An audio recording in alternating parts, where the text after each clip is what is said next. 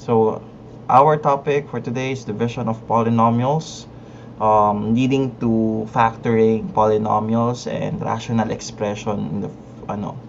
So ito yung topic namin nung grade 8 ng number and algebra sa Matatag curriculum.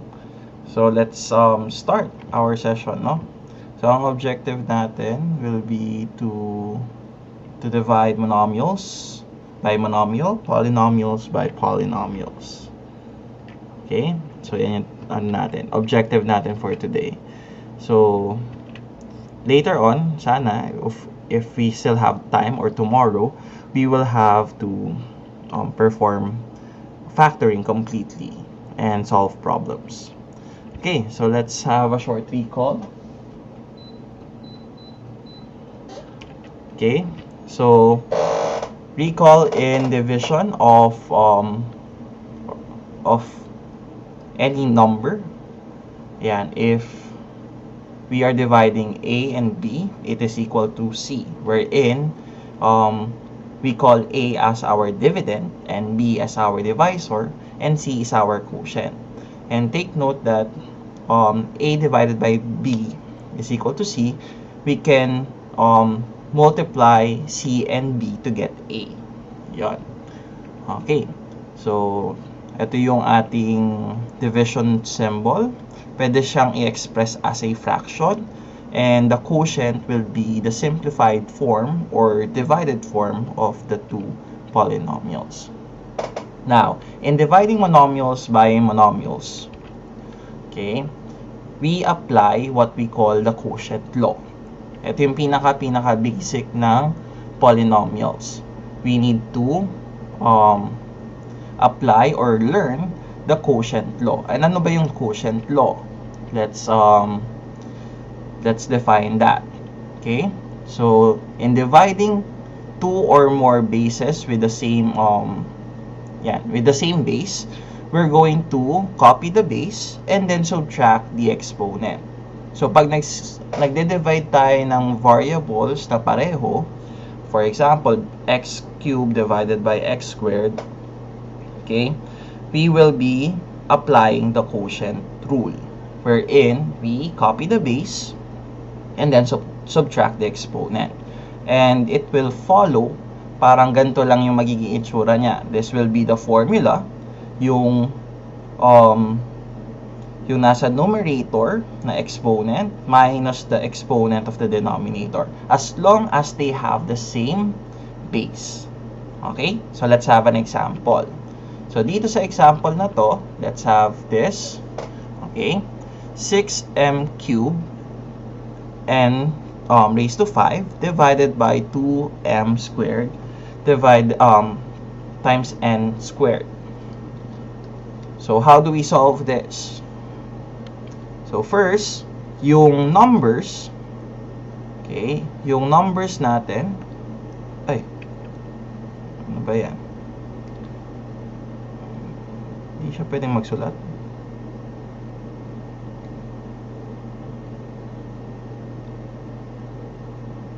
Ano tayo magsulat ng ating, wait. Ayaw magsulat ng ating marker. So, ayan. Okay, sige. So, for the numerical coefficient, ito yung 6 and 2. Okay.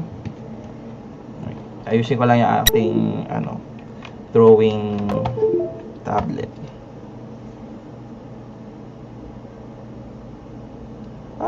Okay. Ayan, ayaw niya talagang sumulat. I don't know why.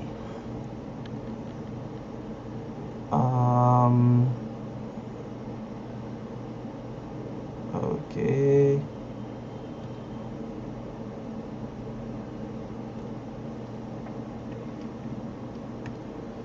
Ayaw eh. Okay. So, we will divide the numerical coefficient normally kung paano tayo nagde-divide ng number. Tapos, yung m, pati yung n, isa-separate natin. We will subtract the exponent of m and n separately.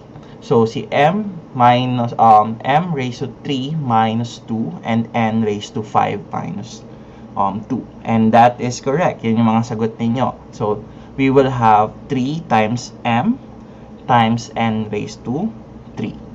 Now, take note na yung 1, hindi naman kailangan isulat yan sa exponent. So, we can just simply remove that in our final answer. So, 3mn cubed. Okay? That is correct. Okay, let's have another example. So, ayan. Let's have another example. Ito, si 14a raised to 5, b raised to 7, c divided by 6a cubed, b raised to 4, and c. Okay, sige. Type nyo yung answers nyo sa meeting chat or sa comment section. Okay. Ayan.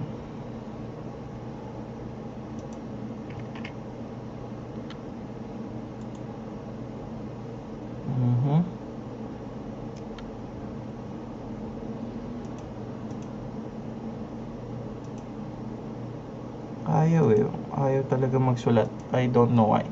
Okay. Ayan. So, for the numerical coefficient, we can say that 14 and 6 is not divisible by each other. Okay? Pero we will still divide them the same way na kung paano tayo nagde-divide ng numbers. So, we will separate the numerical coefficient. Hihiwalay natin sila. Lahat ng A, ipapartner natin. B, i-apply natin yung quotient rule. C, ipapartner natin. I-apply natin yung quotient rule. So, we will have it like this. So, 14 over 6 times A raised to 5 minus 3, B raised to 7 minus 4, and C raised to 1 minus 1. Now, take note that we cannot divide 14 and 6. Pwedeng maging fraction siya. Ganon. Okay? Or it can still be a fraction or it can be in a decimal form. Pero in algebra, wag nating i-convert to decimal. Kasi nagra-round up tayo minsan or nagra-round off tayo. And it takes away the exact value. So, mas magandang sagot sa algebra is yung simplified form. So, we will just simplify 14 over 6 by dividing 14 and 6 by its common or greatest common factor. And in this case, that will be 2. So, divide 14 and 6 by 2. Magiging 7 over 3 siya. We will have a squared, b cubed, and c raised to 0. Now, take note that c raised to 0 is, ang tawag dito, is another, we can apply another law of exponent wherein the zero exponent rule.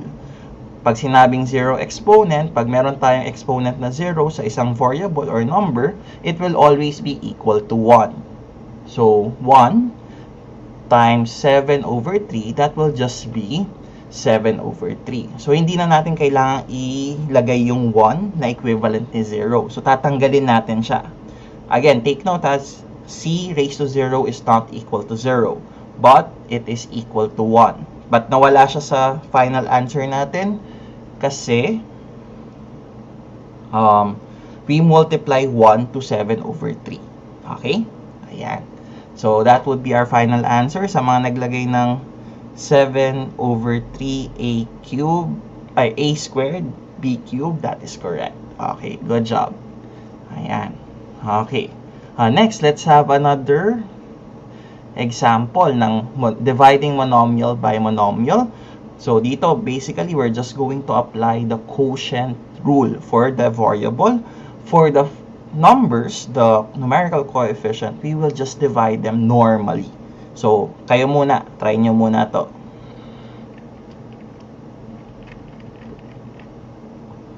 Ayan.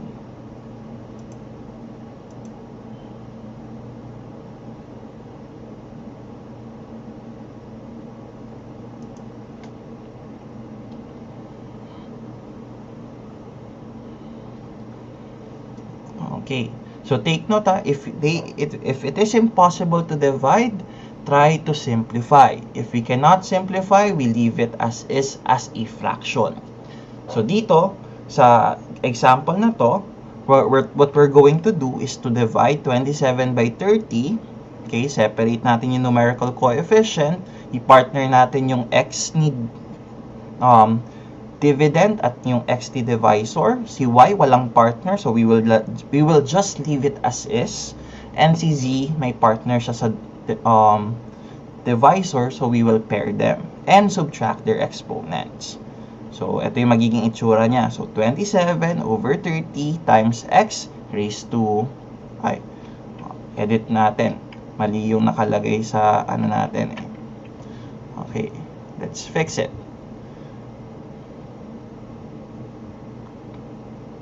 Okay. Ayan. 9 minus 7.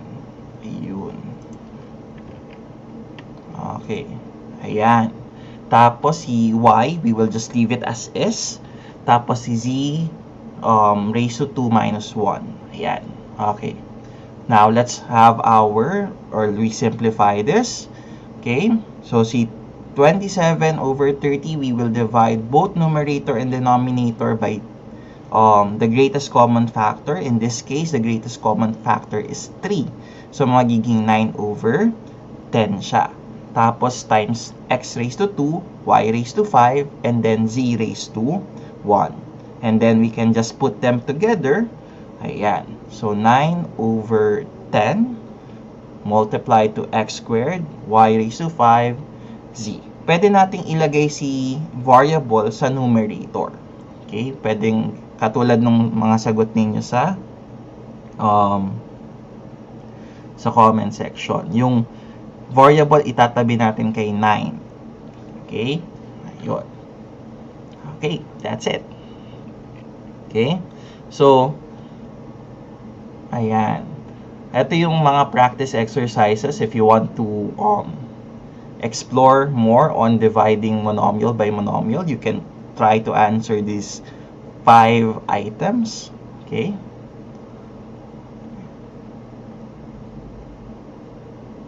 Okay, sige lang. Okay, sige. I'll give you time to answer this. Pero ayusin ko lang muna yung ating PowerPoint presentation. Dahil hindi gumagana yung marker. Okay. What happened? The live chat. Okay. Ayan. So, I'll be right back. May itatry lang akong something. Okay. So, wait lang. Sige. Lagay natin sa... Okay. Ayan. Okay, don't worry, I'm still here. I'll be back and try to fix my PowerPoint presentation lang.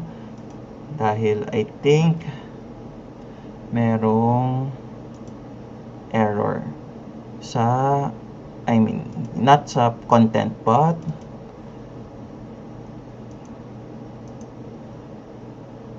okay. Ayan, wait lang. Okay, I apologize for the ayan.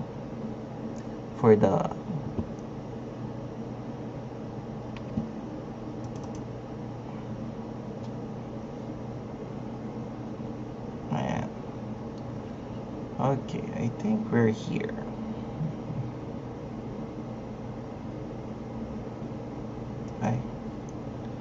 Okay, wait. Hindi ko lang na-download ng maayos.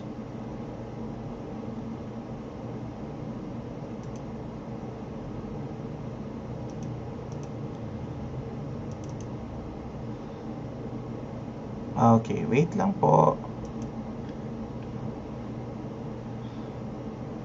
Ayan. May itatry lang ako. Saglit. Ayun, pwede na. Yes, okay. Yay. Okay. Wait. Balik natin doon sa PowerPoint. Hello, am I back? Nakikita nyo na yung PowerPoint presentation natin. Can you give me a thumbs up? Ayan. Okay, sagutan natin yung 5 items na to para okay, para masaya. Okay, start tayo with item number 1, no? Okay. Item number 1. So, dito, we have 25x squared. Ayan, y cubed divided by 5x y. So, First, simulan natin, no? Equal symbol. 25 divided by 5 multiply to x. Subtract natin yung exponent. 2 minus 1. Okay? Times y. 3 yung exponent minus 1. Okay? Then 25 divided by 5 is 5. Tapos x raised to 1. And then y raised to 2. So it will be equal to, okay, 5xy squared. Yun. Okay. Ayan. Oh, may mga sagot na kayo for ano. Anong grade level math ito? This is grade 8 mathematics. Pero very crucial na skill to para sa grade 9, grade 10, at grade 11. Kasi this is going to be leading to factoring polynomials. Okay. So, punta tayo kay item number 2. Item number 2, let's divide the monomial. Okay, so 36. Separate natin yung numerical coefficient. 36 divided by 4, si A. Raised to 5, minus natin kay 3. Times B raised to 3 minus 1 times C raised to 1 minus 1. Okay, so 36 divided by 4, that is equivalent to, ayan. Okay. That is equivalent to 9. Tapos A raised to 2, B raised to 2, and C raised to 0. Take note that C raised to 0 is equal to 1. So we can just multiply 1 by 9. So we can end up with 9, A squared, B squared. Ayan.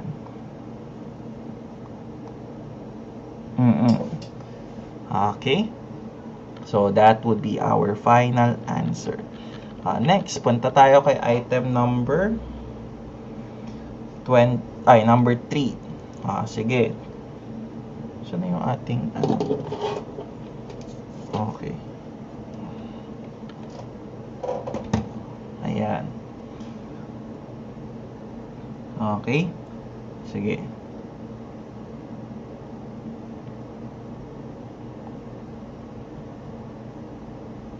Ano daw? Okay, sige. Try nating i-solve to. So, again, we're dividing monomials by monomial. So, 24. Okay, yung numerical coefficient, yung mga katabi ng variable, we will just divide them regularly or normally. So, 24 divided by 6. Tapos, multiply to j raised to 4 minus 2 times k raised to 9 minus 5. And then L raised to 3 minus 2. Okay? So, this will be equal to 4. J raised to 2. K raised to 4. And then L raised to 1. Okay? So, our final answer will be 4. J squared. K raised to 4. Then L. Ayan. Okay. Anong muted? Nakamute ba ako? Hello? Mic test. Ako ba yung nakamute? Or okay, sige. Ayan. Kinabahan ako. Okay. Ayan. Sige, let's move on to item number 4. Ito, item number 4, we have this. Sige, kayo muna. Wala akong binablock sa inyo, ha? So, you just type in your answer. Okay?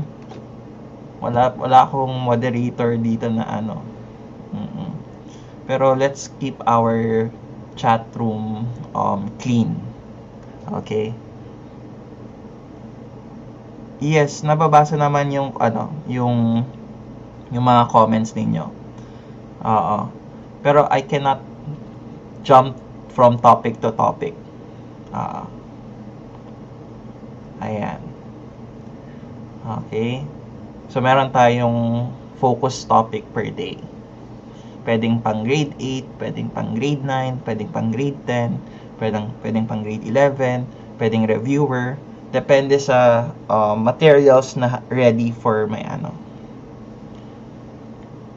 Okay. Ayan. So, sige, let's start. So, we have 21, yung mga numerical coefficient natin. I-divide natin siya normally.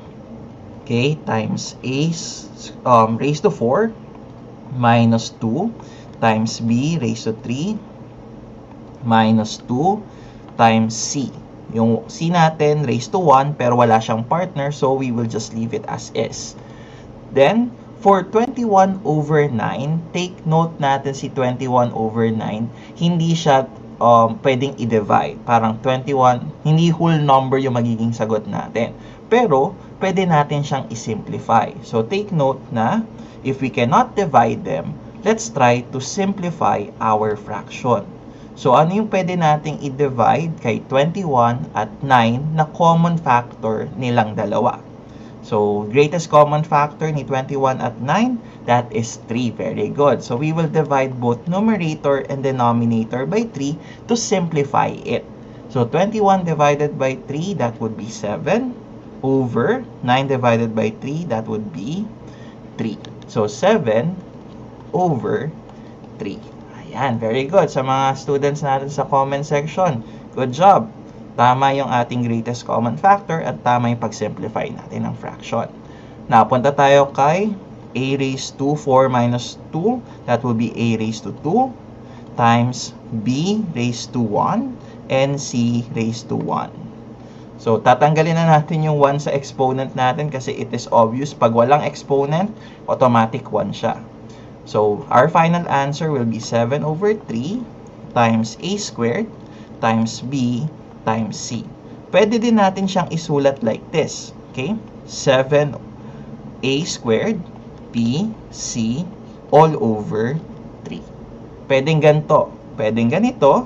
Itong una, pwedeng ganito na all over yung denominator natin magiging 3.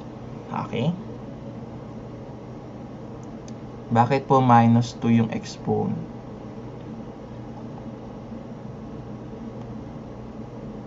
Kasi ito yung we are applying the laws of exponent. So, explain ko lang kung bakit siya laws of exponent quotient rule. So, sa quotient rule kasi, for example, meron tayong a raised to 4 divided by a squared. Ilang a yung meron dito sa numerator? 4, diba? So, a times a times a times a. Now, sa denominator, ilang a yon? A times a lang, 2. So, pag nag-divide tayo, a number divided by itself is equal to 1. So, this is equivalent to 1. This is equivalent to 1. Ilan natira sa numerator? That is a squared. So, kaya tayo nag-minus, okay? We are just representing this procedure. Yung pag-cancel natin ng common na factor sa numerator at sa denominator. We're dividing a number by itself. Tapos kung anong matira, yun yung ating simplified form. Okay? So, yun yung sa laws of exponent. Okay. Grade 8 po ulit to. This is a grade 8 mathematics lesson. Okay? Ayan. Pero actually, this recall, yung laws of exponent, nasa grade 7 siya. Okay, last item natin ng dividing monomial by monomial. Pupunta na tayo sa polynomial divided by monomial. Okay, ito. So, medyo, ayan. Okay, very good. Kung napag-aralan nyo na, recall lang naman tong lesson na to. I'm teaching, ayan. For rational or fraction, isang given assumed na division ng operation. Yes. Okay. That's good. Okay, so let's move on to this item, no? So we have 64 x raised to 11, y raised to 7, z raised to 13. We will divide it by 12, x raised to 5, y raised to 4, z raised to 6. Okay. So, una, okay, yung ating numerical coefficient, divide lang natin sila. 64, wait, may napindot tayo.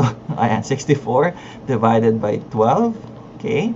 Multiplied natin kay x, anong partner niya is raised to 11 minus 5. Ayan. Tapos si y, ang exponent niya dito sa una is 7. Isusubtract natin siya dun sa 4 sa divisor. And then si z, we have 13 minus 6. Okay. Ayan. Okay. So, punta tayo kay numerical coefficient muna. Dito natin nilagay sa baba. 64 divided by 12. Ano yung greatest common factor nila? Okay. Ayan. Yung greatest common factor, sabi ng iba, it's 4. Okay. So, we will divide, okay, our numerator and denominator by the greatest common factor, which is 4. Okay. Ano magiging sagot? So, 64 divided by 4 is, ayan, so divide natin. 64 divided by 4, 1, 4, 2, 24, 16. Ayun, okay, very good. Ayan, 12 divided by 4 is 3. So, that would give us, ayan, yung simplified form, which is 16 over 3. Ayun. Okay, multiplied natin kay x. Subtract natin yung exponent. That would be 11 minus 5. That is 6. Si y. 7 minus 4. That is 3. Si z. That is 7. Okay. Ayan. Okay. Anong...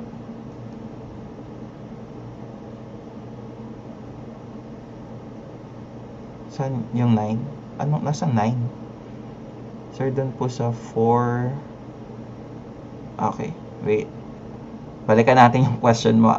Okay, so this will be 7. Ayan. So we simplify them or put them together. That is 16 over 3 x raised to 6, y raised to 3, z raised to 7. Or we can rewrite this as 16 x raised to 6, y raised to 3, z raised to 7 all over 3. Okay. Sa number 4, tingnan natin, balikan natin yung number 4. Okay. Saan daw nanggaling yung, saan daw po, ayan, dun sa 4, sa 21 over 9, saan po nakuha yung 9? Ito, sa divisor. Ayan, sa divisor natin siya nakuha. So, 21 divided by 9. So, numerical coefficient divided by the numerical coefficient. Okay? Pagka yung numbers na katabi ng variable, we will just apply the same operation. Kung ano yung operation, gagawin natin. So, 21 divided by 9 cannot be. Can we simplify it? Yes. So, we simplified it. Ayan. Okay. Ayan. So, sana, okay lang yan. Okay. And then, we proceed to our item number 5. Ito yung ating final answer. Okay. So, depende sa teacher ninyo kung paano nila gustong i-express yung final answer ninyo. Pero, ito pareho naman tong tama. Okay? Ayan. Okay, punta na tayo sa next nating topic, which is dividing polynomials by a monomial. Dito, okay, when dividing a polynomial by a monomial, para lang tayo nagpa-perform ng division or parang distributive property. Pero, instead of multiplying, we're dividing each term by the monomial. Okay? So, let's have an example. Okay? Ayan. So, let's have this example. We have 6x cubed plus 18x squared minus 24x, we will divide 3x. Okay?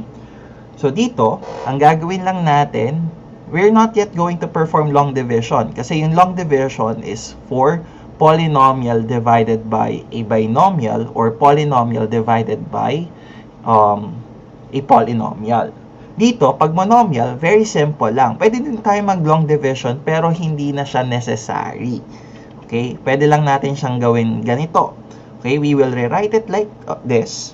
Okay? Numerator natin yung divisor, yung dividend rather, lalagay lang natin sa numerator. Si divisor, lalagay natin kay denominator. Tapos, we will divide each term by 3x. Applying the laws of exponent and dividing monomial by monomial. Okay? So, hahatiin lang natin. So, 6x cubed divided by 3x. Okay? Plus 18x divided by 3x minus 24x divided by 3x. Okay. Yes, bakasyon na. Oo. So, magbakasyon na din kayo if you want. Okay? Okay. So, we will divide each term by the same value, 3x, and then i-apply lang natin yung monomial divided by monomial. So, ito, 6 divided by 3, that would give us 2. X cubed divided by x, that would be x raised to 3 minus 1, so x squared, plus 18 divided by 3 is 6.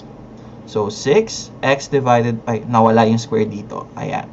So, x squared divided by x, that would be x. And then, minus or negative 24 divided by 3, that would give us 8. And then, x divided by x is x raised to 0 or just simply x raised to 0 or simply 1. 1 times 8 will be 8. So, ito na yun. This is it. This will be our final answer. Ayun. So, ganun lang. We will just divide them, each term, okay, isa-isa, by 3x. Oh, hello. Oy, welcome back, Barney. Ayan. Oo. Lecture tayo ngayon, pati ano. Lecture tayo ngayon, pati exercises. So, algebra tayo. Algebra 7 and 8. Yung quadratic equation, try natin yan sa mga susunod na araw. Okay? Sige. Moving on to our next example. Okay, try natin to. So, 25a squared plus 40ab minus 15b squared. Okay, we will divide it by negative 5. So, paano natin siya i-simplify? So, syempre, example muna, ako muna yung mag-ano. Okay? So, we can just rewrite this like a fraction. Okay, wherein we will divide everything by negative 5. Tapos, isa-separate natin bawat term, merong negative 5 sa denominator nila. Tapos, isi-simplify natin. Okay? So, dito, 25 divided by negative 5, that would be negative 5. Tapos, wala namang variable, we will just copy that. Okay? Positive 40 divided by negative 5, that is negative. Okay, negative 8ab. Tapos, negative 15b squared divided by negative 5, that would give us negative divided by negative, positive. So, positive 3b squared. Okay, and that's it. Yan na yung magiging final answer natin. Okay? Ayun. Diba? Ang dali lang. Okay. Sige. I hope ready na kayo sa ating bumalik sa previous item. Okay. Walang multiple choice ngayon. Sorry. Ayan. Okay, ayan, sakto sa math mo. Okay. Yung multiple choice natin, babalik natin yan next week. Next week, Monday and Tuesday siguro. Okay. So, let's divide this. Ito. So, going back to our example.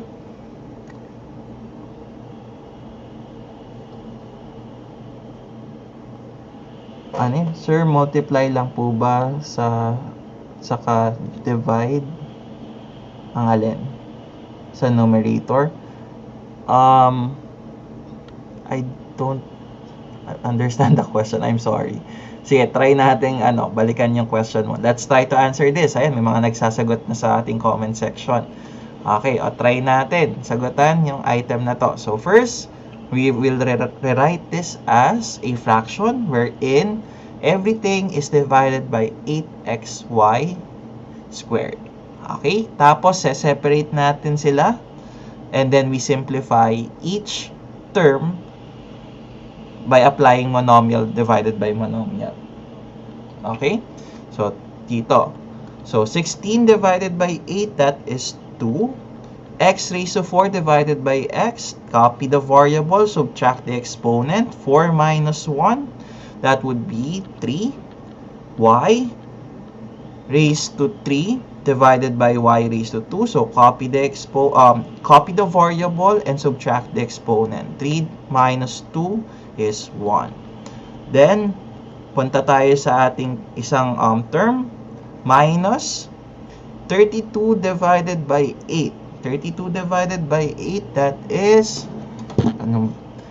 ayan, 4. Okay, yes. So, opo. Ayan, 4. Tapos, copy the variable x, subtract the exponent, that is 1. Tapos, y, copy natin si y, so, divide natin yung y squared and y squared, that would be y raised to 0. So, y raised to 0 is equivalent to 1. So, no need for us to place the variable y. And then, to write our final answer, that will give us 2x cubed y minus 4x. And that's it.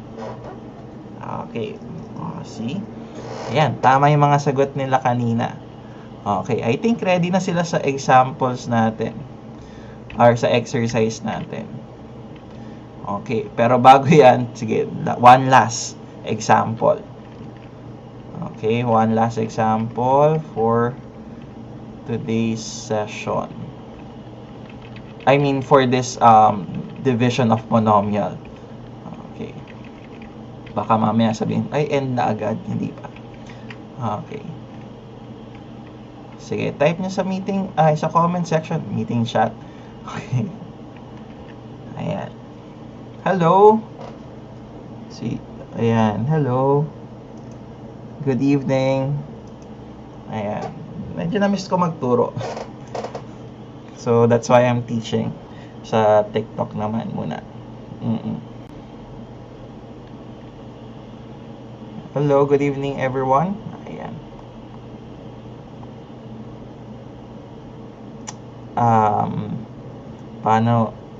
Paano magmahal ulit? Mahirap ituro yan. Joke. This is grade 7, grade 8 mathematics. Okay? Sa matatag curriculum, nasa grade 7 yata siya or grade 8. Okay, sige. So, dito, simulan natin by rewriting it as a fraction form wherein everything, yung polynomial natin sa dividend, divide natin by our divisor, which is negative 6x. Tapos, we will separate each term, okay, na may sarili silang negative 6x. Tapos, we will divide. Divide natin. Now, take note, pag hindi natin pwedeng i-divide, we can simplify. So, negative divided by negative is positive. So, 4 over 6. Ano yung common factor natin? Greatest common factor natin for 4 over 6. That would be 2. So, we will divide both numerator and denominator by 2. Para makuha natin si 2/3. Okay, so positive 2/3, kaya siya naging positive. Negative divided by negative is positive. We copy the variable x and subtract their exponent. 4 minus 1, that would be 3. So 2/3, 2/3 x cubed. Ayan. Then, negative 12 divided by negative 6. Negative 12 divided by negative 6 is positive 2. Tapos, x raised to 3 minus 1. So, that would give us squared. Then, we copy the variable y kasi wala siyang partner sa denominator.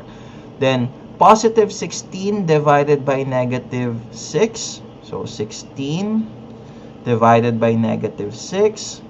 Ano yung greatest common factor nilang dalawa? They are both divisible by 2. So, we will divide our numerator and denominator by 2. So, magiging 8 over 3. Or negative 8 over 3. Tapos, x squared divided by x, that is x. And that's it. Ayun. Okay, maraming nakakuha ng tamang sagot. Very good. Okay, good job, students. Yun. Okay, moving forward to our exercise, no? Ayan. Okay, ito yung exercise natin. Yung item number 4 yung medyo masakit sa mata. Pero kaya nating sagutan yan. Ayan. Calculus po ba to, sir? This is algebra. Elementary algebra. Nasa hindi elementary elementary school algebra. Elementary basic algebra. Okay? Ayan. Okay, thank you for sharing the live. So I hope that ayan, kung meron kayong mga kakilala na kailangan tong topic na to, you can share share this live. Okay? Ayan, sasagutan natin tong 4 items na to later on. Okay? Ayan. Okay. Ayan, may mga sumasagot na ng items natin. Okay. So, thank you so much for watching our live, no? We're still ayan. Okay, oy, may mga okay. Ayan, at least meron akong breather para at least makahinga-hinga ng konti. Binabasa ko yung ating comment section. So, they're sending their answer for the items. That's great. Okay, keep it up.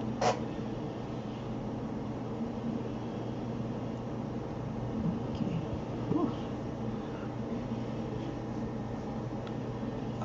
Anong mahirap sa ano? Mukha lang siyang mahirap kasi maraming letters, maraming variables. So, pagka inisa-isa natin siya mamaya, it will not be that hard. Okay? Sige, simulan na natin. Yung sagutan yung ating first item. Ay, nasaan? Okay. Okay. Ayan. So, let's have our first item, no? So, 24x squared minus 8xy plus 44y squared minus 12 all over 4. Ayan. So, dito, we will just separate them. 24x squared divided by 4 minus 8xy divided by 4 plus 44 y squared over 4 minus 12 over 4. So, isa-isahin lang natin siya. So, 24 divided by 4 is 6x squared minus 8 divided by 4, 2xy. 44 divided by 4 is positive 11y squared. And negative 12 divided by 4 is negative 3. Ayun. And that's it. Yan yung ating magiging final answer. Diba? Madali lang yung item number 1. Punta tayo kay item number 2. Okay, item number 2, ganun lang din. Sulat natin siya wherein we will distribute -6 sa denominator ng bawat term. So, 36 a cubed divided by -6a.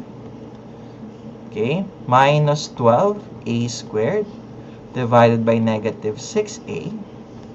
And then, minus 42ab over -6a. Isa-isay natin. 36 divided by -6, that will be -6. Okay.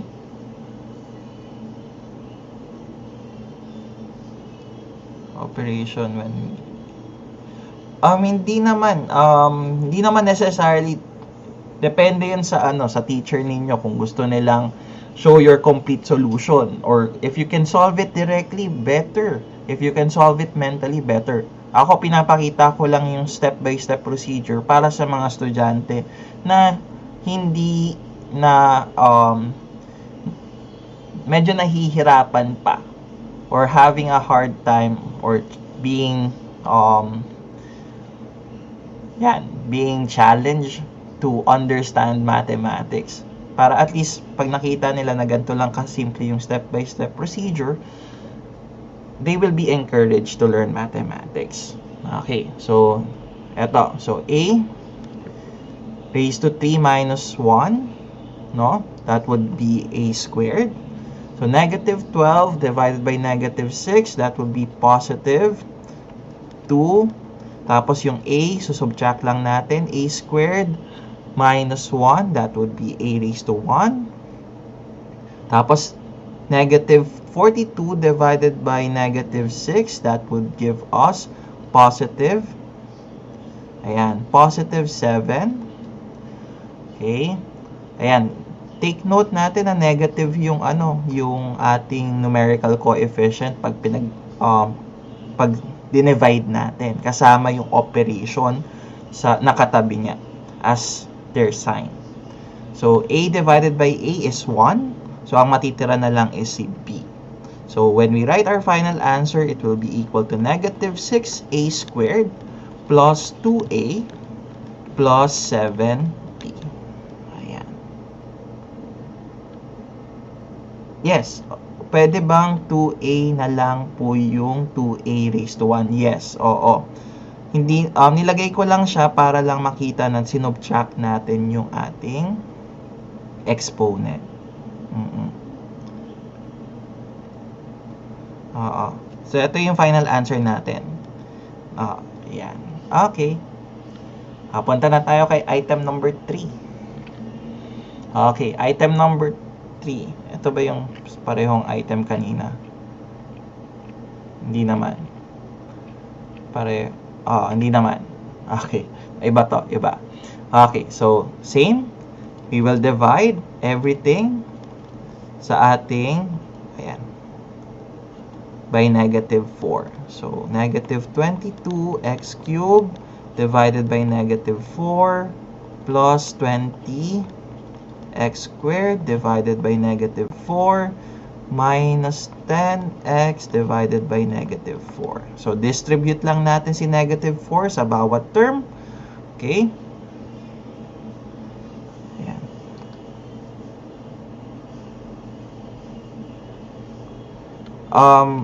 Di ba dapat naka-standard form? Okay. Naka-standard form naman yung final answer natin kanina. Highest or leading exponent is the highest exponent. Okay. Going back, I'm sorry. Nabasa ko lang yung comment. Sa number 3. Ito yung number 3.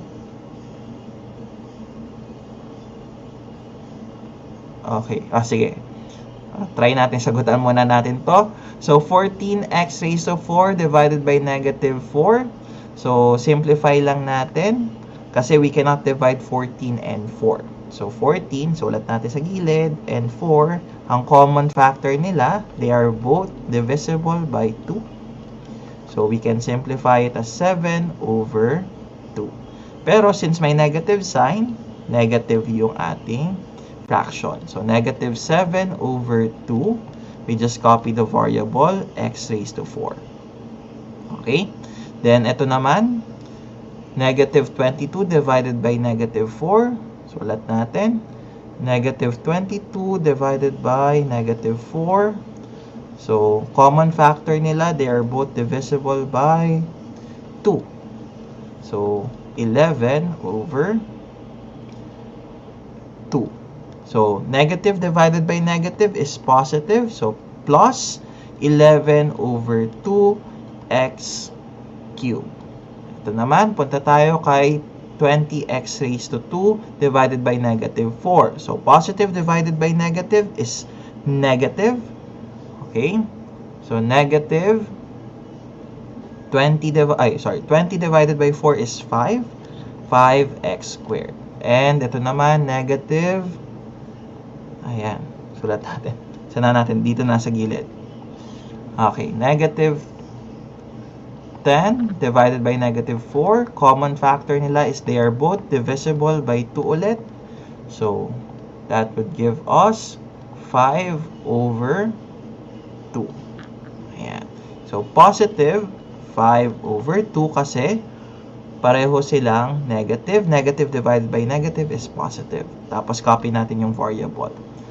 And that's it. So, we have our final answer na negative 7 over 2 x raised to 4 plus 11 over 2 x raised to 3 minus 5x squared plus 5 over 2x. Ayan. Tapos, naka-arrange naman sila in standard form from highest exponent down to the lowest exponent. Okay.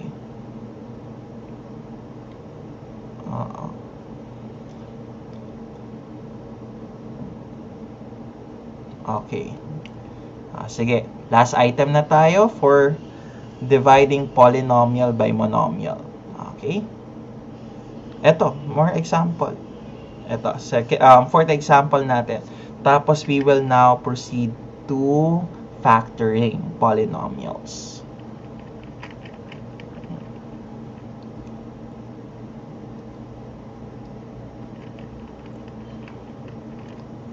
Okay. Oh, hello, Maria.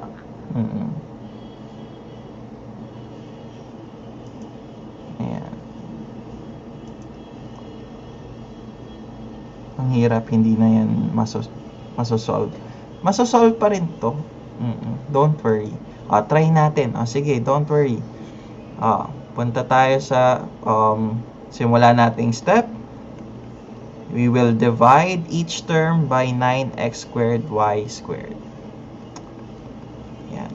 Kung may naririnig kayong dynamite, it's outside.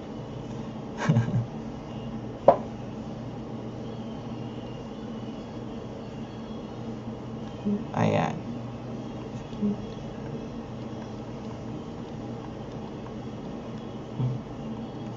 Okay, 21x cubed y raised to 4. Divide natin by 9x squared y squared. Tapos, ayan. I-distribute lang natin si denominator sa bawat isa. Okay, para madali siyang i-simplify later on. Okay, kasi if we're going to do this mentally, gagawin ng iba, ito lang, ganyan.